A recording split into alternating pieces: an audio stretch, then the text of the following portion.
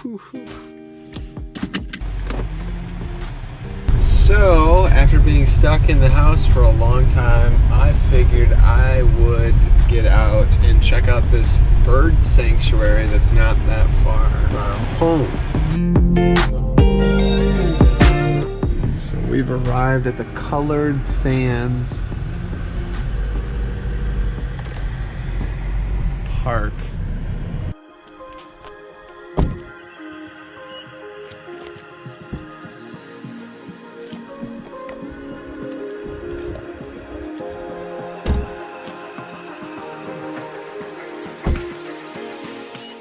So they say no bikes, no snowmobiles. This isn't really either of those, though, so I think I'm okay. I don't think it's sand the whole way, but I guess we'll see. So I've been out here, I think, twice before. First time was really nice. Didn't bring anything, just like a water bottle and walked. Second time, I came here really early when the sunrise was occurring and I got eaten to death by mosquitoes. So alright, so for an extended period of time, at least a year, the Fuji XT-4 has been my favorite camera. One of the main things is there's so many options in the settings. Not only that, but the colors that you can get out of it with some of their standard like filming profiles are just, they're great right out of the camera, and I'm not really good at color grading, so that's been a little bit of my fallback. But the problem is, in order to use it with any like self-filming or vlogging, there's no front-facing screen, which sounds pretty egotistic. But it's hard because I end up filming and then I get my head cut off, or the exposure's wonky. I have a hard enough time nailing exposure when I can see it. So anyway, it's good for like studio recording where you can control everything, check it, sit over on the other side, whatever. But to actually film on the go, that's kind of hard to do with the XT-3.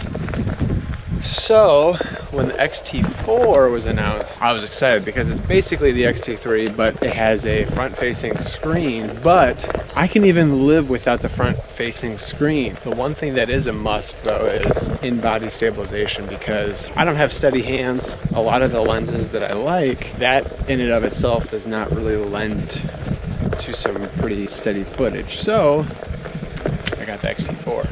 Currently I'm filming on a GoPro though, so because I don't want to drop my XT-4. So two things I've discovered. This place is a hidden gem. The second thing is I think I'm lost.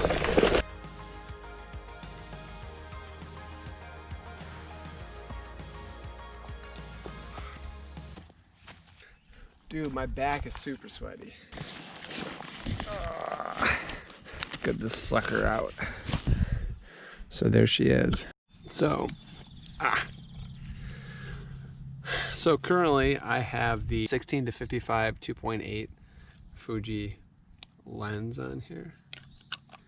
I literally just got this thing today, so I haven't been able to use it too much. But I do have the 16 millimeter, I think it's 1.4 lens from Fuji, and that thing's phenomenal.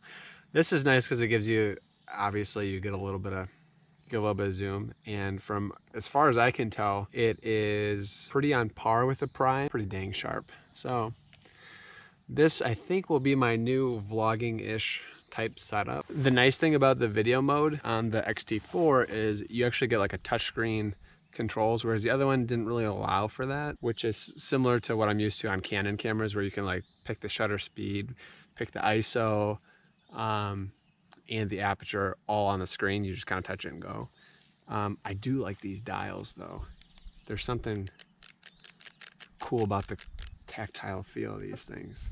I just kind of love the Fuji film aesthetic. I don't know. One thing I do really like is the new battery. The Fuji XT-3 had really crappy battery life. I couldn't really use it unless I had the battery grip on it. And all in all, that's 3 batteries. And still, it wasn't phenomenal. I've heard a lot of great things. I've recharged this battery twice since I've got it, and I've had it for about 2 full days. And this is recording at 4K for 3 hours-ish a day. So that's pretty solid. I will get more batteries at some point. I don't know if I will get the grip. This is already a little bit of a chunk monster. It's a little beefy as it is. So I don't know if I want to add the extra weight, but we'll see. We'll see.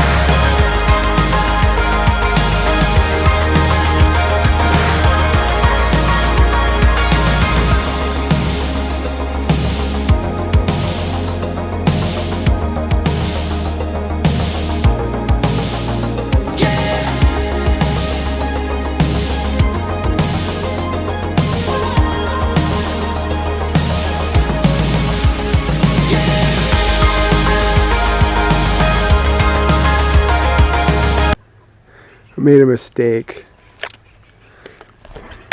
It's a good thing this is weather sealed, because I kind of got mud on myself.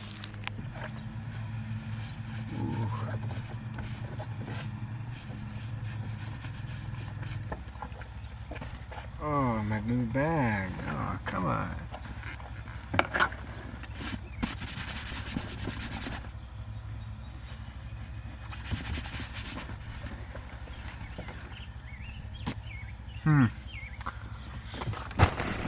This is why I can't have nice things. Dang it. Hopefully this doesn't dirty up my car too much. Fuji XT-4 trail tested. Alright, well that was fun. So, immediate thoughts about the XT-4. It's worth it if you maybe don't have a camera that shoots 4K.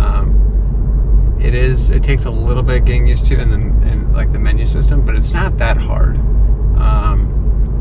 It definitely can be done. Canon probably has the easiest to use user interface, and then Sony's a little messy, and Fuji I think is a little bit more straightforward than Sony. Sony just has so many pages of options, which is good. I like options, but there's a lot of hidden stuff in there.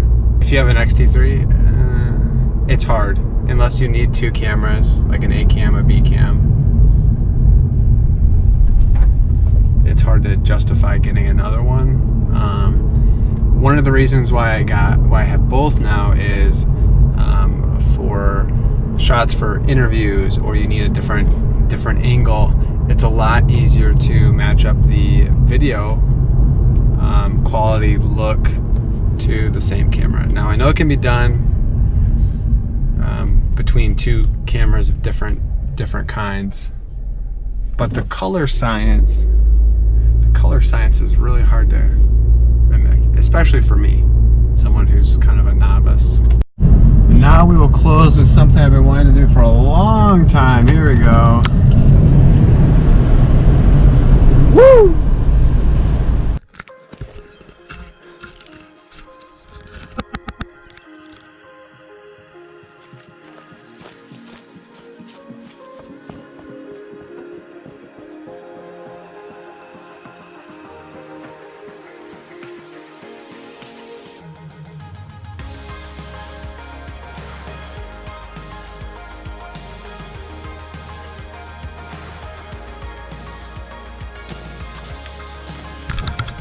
Yeah, so I went up it twice so I could put the camera up there.